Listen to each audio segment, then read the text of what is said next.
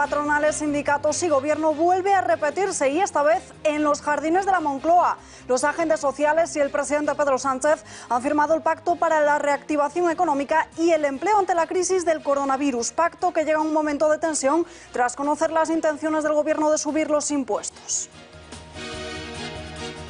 El Congreso ha aprobado esta tarde el documento de sanidad de la Comisión de Reconstrucción, 166 votos a favor y finalmente la abstención de los de Pablo Casado, la abstención del Partido Popular. Pablo Iglesias rompe su silencio y da explicaciones sobre el caso Dina. El vicepresidente del Gobierno asegura que efectivamente guardó durante varios meses la tarjeta del móvil de su compañera, pero que lo hizo para protegerla, defiende su inocencia y dice que no debe ser imputado. Tan solo quedan 9 días para que se celebren las elecciones en el País Vasco y en Galicia. Estamos siguiendo los movimientos de todos los partidos políticos. En el día de hoy le toca a la formación de Santiago Abascal, a la formación Vox en Lugo. Vuelve el ocio nocturno a la capital, reabren las discotecas, pero ojo porque será con restricciones. Habrá que mantener las distancias de seguridad en las colas y una vez en la puerta tendremos que desinfectarnos manos, pies, ropa, pero ¿y dentro? La pista de baile desaparece y ojo porque la mascarilla en nuestro sitio no será obligatoria. Renuncia conjunta del primer ministro de Francia y de su gobierno. 3 años después de su nombramiento, Macron prescinde así de Eduardo Philippe. Se marca el inicio de la esperada remodelación del gabinete como parte de una nueva fase política en medio de los efectos de la crisis sanitaria. Esta tarde se ha conocido también que la justicia francesa va a abrir una investigación judicial contra la gestión del coronavirus, contra el primer ministro saliente y también contra los exministros de Salud.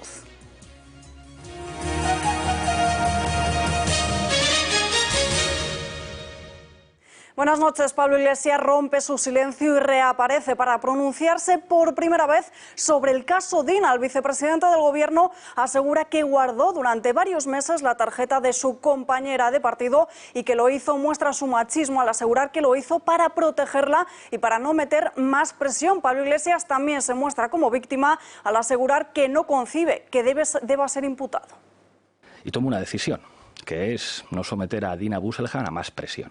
Habían salido varias informaciones que decían que teníamos una relación. No es la primera vez que ocurre, que una mujer trabaja conmigo y algunos digitales empiezan a decir que no, que cualquier mujer que trabaje conmigo, sus éxitos profesionales tienen que ver con una supuesta relación. Eso le supuso a Dina una presión enorme.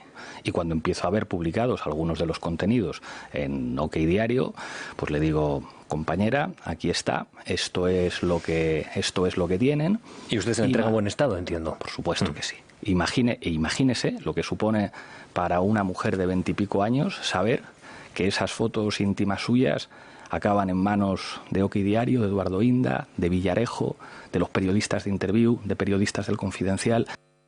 Iglesias ha recogido también el guante de la oposición y ha optado por subir la apuesta. Después de que la oposición de partidos como por ejemplo Partido Popular y Ciudadanos pidiesen explicaciones de Iglesias en el Congreso de los Diputados, ahora el líder morado plantea una comisión de investigación por las cloacas del Estado en la Cámara Baja. Por su parte, Vox le dice que donde debe dar explicaciones es ante la justicia. Y en cuanto a las declaraciones del señor Pablo Iglesias, he podido verlo, al igual de su brindis al PSOE, de crearse que él apoyaría la creación de una comisión de investigación en el Gobierno sobre este tema. Mire, no nos engañen con fuegos artificiales ni con cortinas de humos. Por donde tiene que desfilar es ante los tribunales, ante la Audiencia Nacional y si posteriormente se cursa nuestra denuncia, desde luego ante el juzgado tribunal competente. Y a partir de ahí lo que tendrá que dar es cumplida explicación y no en esta sede, sino ante los tribunales de justicia. ¿Y qué piensa el Ejecutivo de todo este caso Dina y de la implicación de su socio de gobierno? Pues el propio Pablo Iglesias ha asegurado que cuenta con el respaldo y el apoyo total del presidente del Gobierno, de Pedro Sánchez. No tiene la más mínima preocupación más allá ¿Lo han comentado ya en privado? Claro, de la dimensión mediática. Y tiene su apoyo, el apoyo del presidente. Pero vamos, solo faltaría. Cuarto gran acuerdo en el marco del diálogo social. Pedro Sánchez ha firmado esta misma mañana con la patronal y los sindicatos ese pacto por el empleo y por la reactivación económica. Una cita en la que las asociaciones empresariales han aprovechado para mostrar su crítica, su enfado por esa intención del Ejecutivo de subir los impuestos. Puesta a punto en los jardines de la Moncloa. Esta mañana se ha celebrado la puesta de largo del Pacto por el Empleo. Sánchez y los presidentes de COE y CEPIME y también de UGT y Comisiones Obreras han firmado un plan para prorrogar los ERTE y también para la reactivación de la economía. Sánchez ha señalado en su discurso que quiere hacer el anuncio de un compromiso. Escuchen. España no va a quedar nadie atrás, ni los trabajadores ni las empresas. 4 vicepresidentes y otros 4 ministros han acudido a la foto junto al presidente en el idílico acto de postureo en Moncloa. Los presidentes de COE y CEPIME han aprovechado sus respectivas intervenciones para expresar su rechazo a los planes fiscales del gobierno, ya que podrían perjudicar el crecimiento económico. Presidente, te lo he dicho antes, pero tengo que decirlo, no compartimos el planteamiento fiscal. Nosotros pensamos que en estos momentos no es el momento de estos temas. Yo creo que la subida de impuestos al final a la gran compañía al final se repercute también en la pequeña. La permeabilidad del sistema hace que la pequeña y mediana empresa dependa del buen funcionamiento de la gran compañía. Por eso yo creo que puede lastrar ese crecimiento económico. Al secretario general de UGT, Pepe Álvarez, se le ha visto muy optimista y agradecido con el presidente por el pacto de hoy. Que este acto es un acto muy importante. Seguramente que desde el punto de vista de contenidos hemos hecho otros que tenían mucha más importancia, pero este lo tiene desde ese punto de vista de generar expectativas. La economía muchas veces son expectativas. En definitiva, no es el momento de abrir debates fiscales si hay que combatir la economía sumergida. Ya veremos si el presidente sigue los consejos de estos representantes. Todo el protagonismo y el foco mediático estaba puesto en el Palacio de la Moncloa, en la firma de ese pacto. Anteriormente el Gobierno se ha reunido en el Consejo de Ministros extraordinario, pero no se ha producido después la rueda de prensa que viene siendo habitual. En muy raras ocasiones esta comparecencia ante los medios de comunicación se ha suprimido. Ocurrió, por ejemplo, con la reunión del 3 de junio de 2014, que aprobó el proyecto de ley orgánica que reguló la abdicación del rey Juan Carlos I. En esta ocasión el Gobierno se ha comprometido a informar de los acuerdos adoptados a través de varias notas de prensa. En resumen, no se ha dado la opción de preguntas a los medios ni tampoco la posibilidad de resolver dudas sobre los múltiples acuerdos que llevaba hoy el Consejo de Ministros, desde la aprobación del Plan Renove del automóvil hasta la ampliación de las líneas ICO. Se ha dado luz verde a un paquete de medidas económicas por un valor de más de 50.000 millones de euros, con una nueva línea de avales del ICO. 10.000 millones de los cuales van a ir destinados, van a parar a aquellas empresas que estén en una situación problemática debido a la crisis del coronavirus. Y se ha movilizado un importe de más de 65.000 millones de euros de financiación. Una cifra elevada, sin duda alguna, cuando se compara con las iniciativas de nuestros socios europeos. Ahora debemos utilizar este mecanismo para facilitar no ya la resistencia, sino la reactivación y la creación de empleo. Y para ello hemos habilitado hoy en el Consejo de Ministros una nueva línea de avales ICO específica para la inversión por una cantidad de 40.000 millones de euros adicionales a la anterior línea de 100.000 millones de euros que todavía está por culminar. La agenda del Gobierno ha eliminado de un plumazo esa rueda de prensa tras el Consejo de Ministros y al Partido Popular le ha parecido un tanto extraño. La vicesecretaria de Política Social de la formación ha criticado que el Gobierno no quiera responder a las preguntas de los periodistas y exige transparencia. Como no se puede esconder hoy el Gobierno, que ha decidido que no da una rueda de prensa después del Consejo de Ministros. ¿Qué es lo que tienen que ocultar? ¿Por qué no son capaces de comparecer ante la opinión pública para explicar qué está pasando? Nosotros queremos transparencia y un Gobierno debe explicar a los españoles qué está ocurriendo y qué está haciendo. Negociaciones a contrarreloj entre el Partido Popular y el Partido Socialista para la Comisión de Reconstrucción que no han dado sus frutos. Finalmente ha salido adelante y lo ha hecho con la abstención del Partido Popular. Alberto Soto, muy buenas noches. Sí, Alba, buenas noches. Finalmente el Congreso ha aprobado ese documento de sanidad con 166 votos a favor. Los de Pablo Casado, los diputados del PP, han decidido abstenerse de esa votación. Sobre la mesa, un pacto con puntos en común, eso sí, sobre la mesa, como reforzar el sistema sanitario, también la atención primaria y crear una reserva común de material sanitario a nivel nacional en el que se incluirían esos EPIs que tanta falta han hecho durante la pandemia. Era también el aspecto en el que PP y PSOE se encontraban más cercanos. Hay otros tres pilares en el que esas posturas se encuentran alejadas, pero dicen ambos partidos que aún hay margen para el diálogo. Mano tendida y seguir trabajando. Nos quedan todavía, creo que casi 20 días. Creo que en 20 días podremos avanzar y podremos acercar posturas. Creo que merece la pena. Hay cuatro grandes temas, cuatro grandes pilares. El de política y social y también económica es el que mantiene las posturas de todos los partidos más alejadas. Sin duda, el de Sanidad y Unión Europea, el que los une más. El próximo 22 de julio, las conclusiones de esta comisión de reconstrucción llegarán finalmente al Pleno del Congreso de los Diputados. Gracias, Alberto, y muy buenas noches. Seguimos con más noticias del día porque esa polémica protagonizada el miércoles por el Partido Socialista con el compromiso para derogar la reforma laboral del Partido Popular ha dejado tocadas las relaciones entre los socialistas y el grupo de H. Bildu. En el Congreso de los Diputados, la formación proetarra ha demandado un informe jurídico y ha pedido que se vuelva a votar ante lo que considera un hecho insólito, algo que le ha sido denegado. Ayer presentamos ante esa mesa una reclamación ante la dudosa validez jurídica que damos nosotros a la decisión adoptada el miércoles en el Grupo de Trabajo de Economía. Fue un hecho insólito en nuestra opinión. Se forzó una segunda votación sobre nuestra enmienda 337, en la que se planteaba la derogación de la reforma laboral y que, como saben, había sido aprobada en la primera votación. No hemos recibido respuesta de esa mesa. Y, en primer lugar, nos gustaría escuchar la valoración jurídica del letrado y, seguidamente, que la mesa y junta de portavoces hagan un receso y diluciden esta cuestión, porque, en cualquier caso, si tomamos decisiones sobre algo que no está aclarado y que está pendiente de aclarar todavía, estas decisiones no estarían ajustadas a derecho. Y cuando ha llegado su turno, el portavoz de Unidas Podemos en el Congreso de los Diputados, Pablo Echenique, ha querido lanzar un mensaje de tranquilidad a todos esos grupos, asegurando que esa derogación de la reforma laboral del Partido Popular es algo que forma parte del acuerdo que se firmó con el Partido Socialista para poder formar gobierno. Echenique promete de esta forma que la derogación laboral de la reforma laboral del Partido Popular se hará entera. Quiero dirigirme específicamente a los grupos que han manifestado su preocupación porque no aparezca la derogación de la reforma laboral en el documento final. Nuestro grupo va a votar a favor de esa enmienda, pero independientemente de si aparece o no, quiero garantizarles, primero, que forma parte del acuerdo de gobierno entre Unidas Podemos y el Partido Socialista. La reforma laboral del Partido Popular no le van a quedar ni los palos del sombrajo. Y si no, tiempo al tiempo.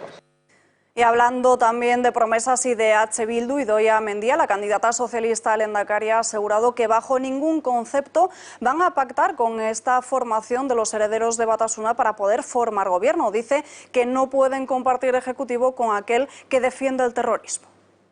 En Euskadi todavía, aunque parezca increíble a día de hoy, y tras casi 10 años del cese definitivo de la violencia terrorista de ETA, hay un partido político en el Parlamento Vasco que aún no condena el terrorismo de ETA. Por lo tanto, es especialmente importante en Euskadi el suelo ético a la hora de construir el futuro de Euskadi. Y nos vamos ahora hasta Lugo, porque Miguel Gutiérrez está siguiendo la campaña de Vox en tierras gallegas de cara a las elecciones del próximo 12 de julio. Miguel, ¿cómo está transcurriendo ese acto? Muy buenas noches.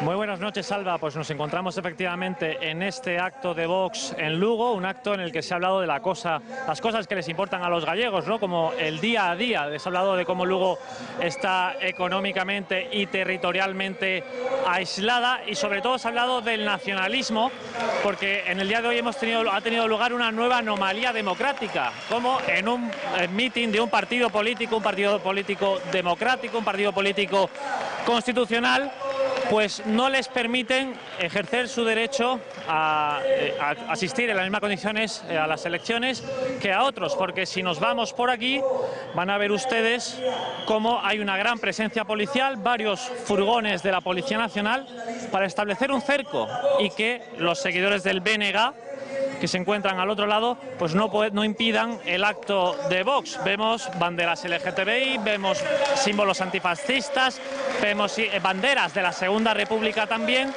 y vemos, por supuesto, la insignia del BNG, que han lanzado miles de proclamas contra Vox, entre ellas Lugo será la tumba del fascismo. Una vez más, todos impidiendo que Vox ejerza como una fuerza política más, y eso es de lo que se ha hablado y eso es de lo que ha advertido Abascal, de que Galicia puede ser que en 20 años se convierta en una nueva Cataluña y que por eso Vox es más necesario que nunca para frenar esta deriva del señor Feijóo en este caso.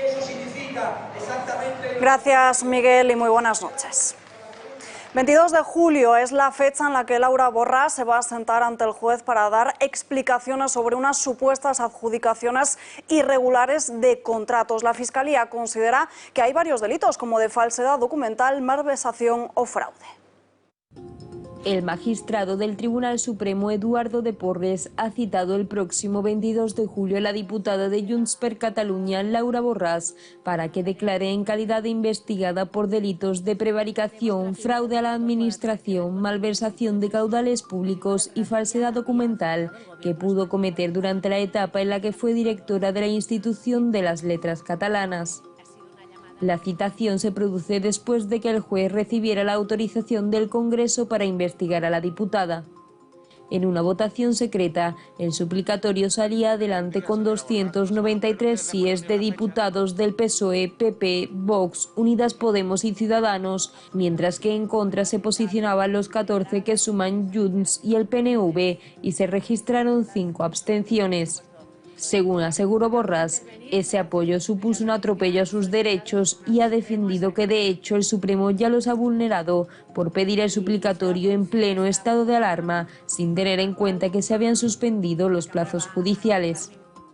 Y seguimos en Cataluña porque el Tribunal Superior de Justicia de la región mantiene la segunda causa por desobediencia contra Quim Torra por no haber retirado a tiempo la pancarta del balcón del Palau de la Generalitat en el periodo electoral del 10 de noviembre. En un auto que es firme, la Sala Civil y Penal del Alto Tribunal catalán desestima el recurso de súplica que la defensa de Torra presentó contra la nueva investigación por desobediencia al presidente catalán, que ya cuenta con una condena de 1 año y medio de inhabilitación por negarse a retirar los lazos amarillos de edificios públicos en esa etapa electoral. La nueva causa, abierta el pasado mes de febrero y que quedó en suspenso porque Torra recusó a los magistrados de la sala, deriva de la negativa del presidente catalán a cumplir con una orden que le emplazaba a descolgar del balcón del Palau de la Generalitat esa pancarta de apoyo a los golpistas encarcelados de forma permanente, no solo en el periodo electoral.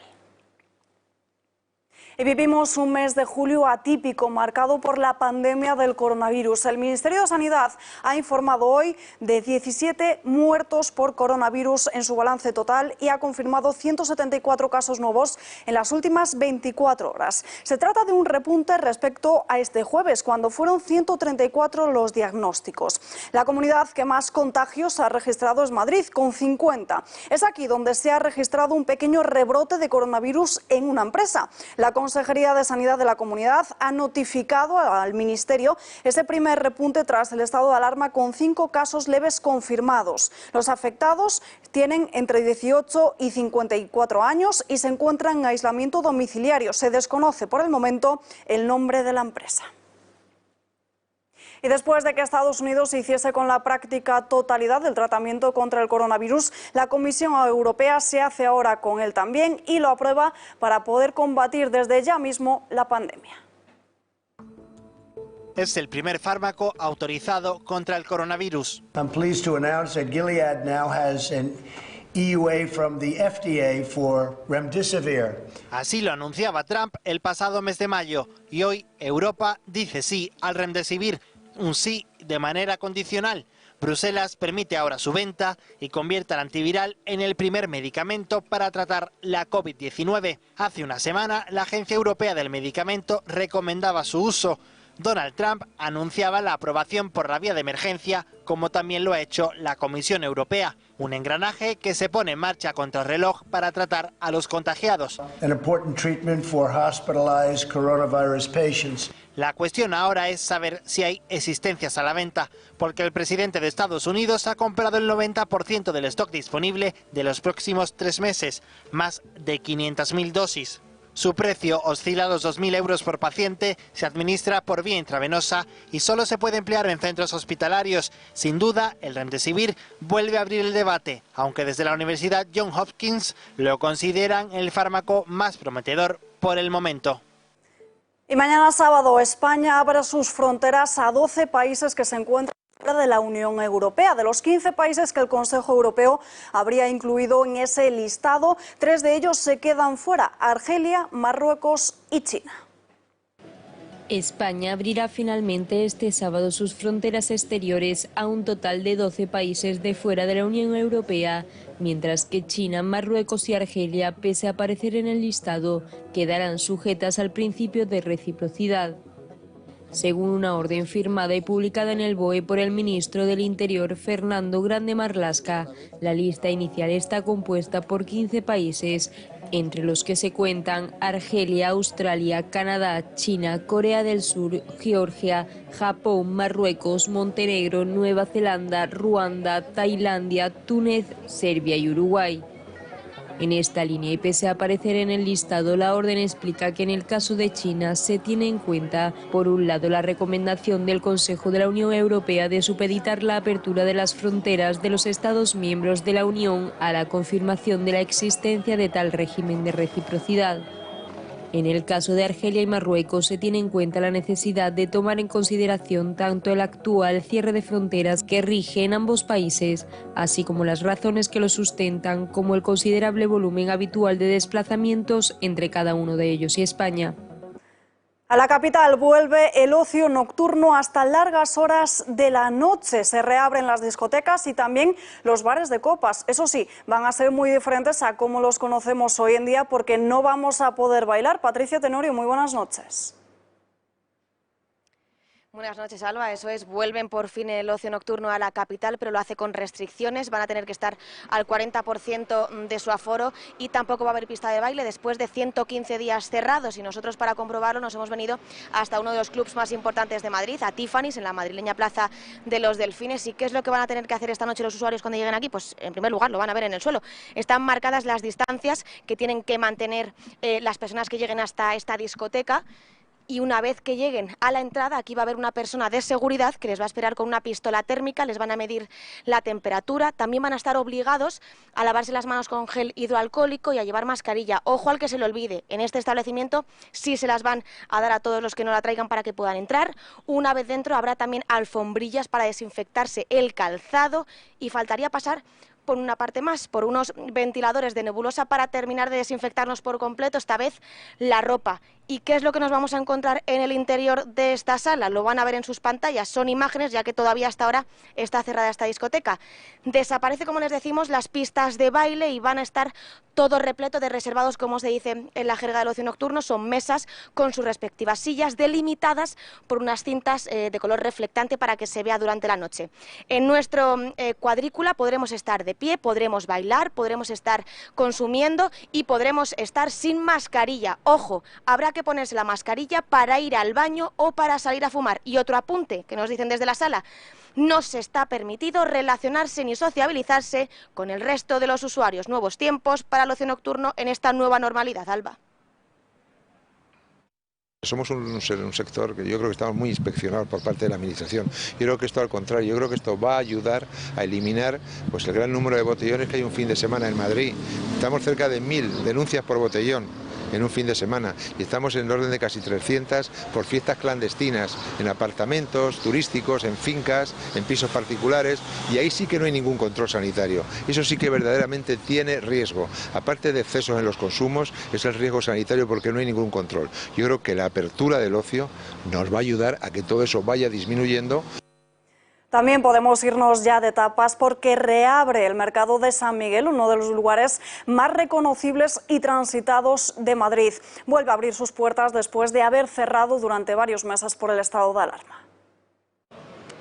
Entramos ya en el fin de semana y con este nuevo escenario de la vuelta a la nueva normalidad les proponemos otro plan, porque el mercado de San Miguel abre sus puertas aquí en la capital madrileña. 24 de sus 27 puestos en total permanecerán abiertos durante todo este fin de semana, aunque eso sí, con un protocolo que trae algunas novedades respecto a otros años, porque el aforo será limitado a 175 personas. Además, también hay que guardar las distancias entre uno y otros clientes y también el uso obligatorio de los geles hidroalcohólicos. Eso sí, con toda esta normativa mentalizados en la cabeza, ya solo nos queda pedir y disfrutar. Tras la crisis sanitaria que estamos viviendo, son muchos los factores que apuntan a una crisis económica. Otro de esos factores más afectados por esta pandemia es el sector inmobiliario. Después de que José Luis Ábalos anunciase el índice para limitar los precios y rebajarlos. En las zonas más tensionadas, las inmobiliarias aseguran que los precios van a evolucionar de forma muy diferente en España. Ahora mismo, la búsqueda de piso de alquiler pasa por demandas como balcones y terrazas, más chalets y pareados y muchas fincas rústicas. Así lo ha puesto de manifiesto Fotocasa en un encuentro inmobiliario. La búsqueda de pisos con las características más solicitadas antes de la pandemia se ha reducido casi un 15% en este buscador. Y desde diferentes asociaciones, como por ejemplo Asbal, han querido explicarnos cuál es la situación por la que pasan más de 350.000 familias en España y por qué se han disparado los impagos por alquiler. 350.000 personas que están haciendo un esfuerzo del 48%, es decir, destinan más del 48% de sus ingresos al pago de una renta en alquiler. Evidentemente, consideramos que este colectivo necesita ayuda directa, ya que los créditos ICOs no están funcionando como debieran, y consideramos que desde el Gobierno se debe instar a la creación de un fondo de 750 millones de euros que iría pues destinado a ayudas directas a este tipo de colectivos vulnerables, ¿no? Nosotros tenemos contemplado que en estos primeros meses de pandemia la morosidad se ha triplicado, ha pasado del 5 al 15%, precisamente por esa dificultad por parte de muchos inquilinos de hacer frente al pago de un alquiler. Cuando se les ofrece ayudarles a tramitar a través de a estos inquilinos las ayudas a los créditos ICO, los trámites necesarios para acceder a estos créditos ICO, pues son muy pocos los que acceden a ello. ¿Por qué? Primero, pues porque son unas ayudas que han tardado mucho en ponerse en marcha, hay muchos tecnicismos, muchos requisitos que cumplir, y luego, sobre todo, un aspecto muy interesante que vemos es que estos inquilinos que se encuentran en una situación económica difícil, en una situación vulnerable, pues no quieren endeudarse más de cara al pago de un alquiler, ¿no? Y en cambio, lo que sí que vemos que tiene una importante demanda, y de hecho la demanda es muy superior a la oferta, son las ayudas directas que están ofreciendo las comunidades autónomas. En página internacional, remodelación del gobierno francés, dimisiones en bloque dentro del Ejecutivo por las reticencias con Macron, algo que ya se veía venir después del fracaso electoral del fin de semana. El primer ministro francés, Édouard Philippe, ha presentado este viernes la dimisión de todo su gobierno como paso previo a una previsible remodelación, según ha informado el Elíseo. Philippe ha formalizado la renuncia ante el presidente galo, Emmanuel Macron, quien la ha aceptado. Según un escueto comunicado de la oficina de la presidencia, los miembros del actual gabinete permanecerán en funciones hasta la designación de un nuevo equipo.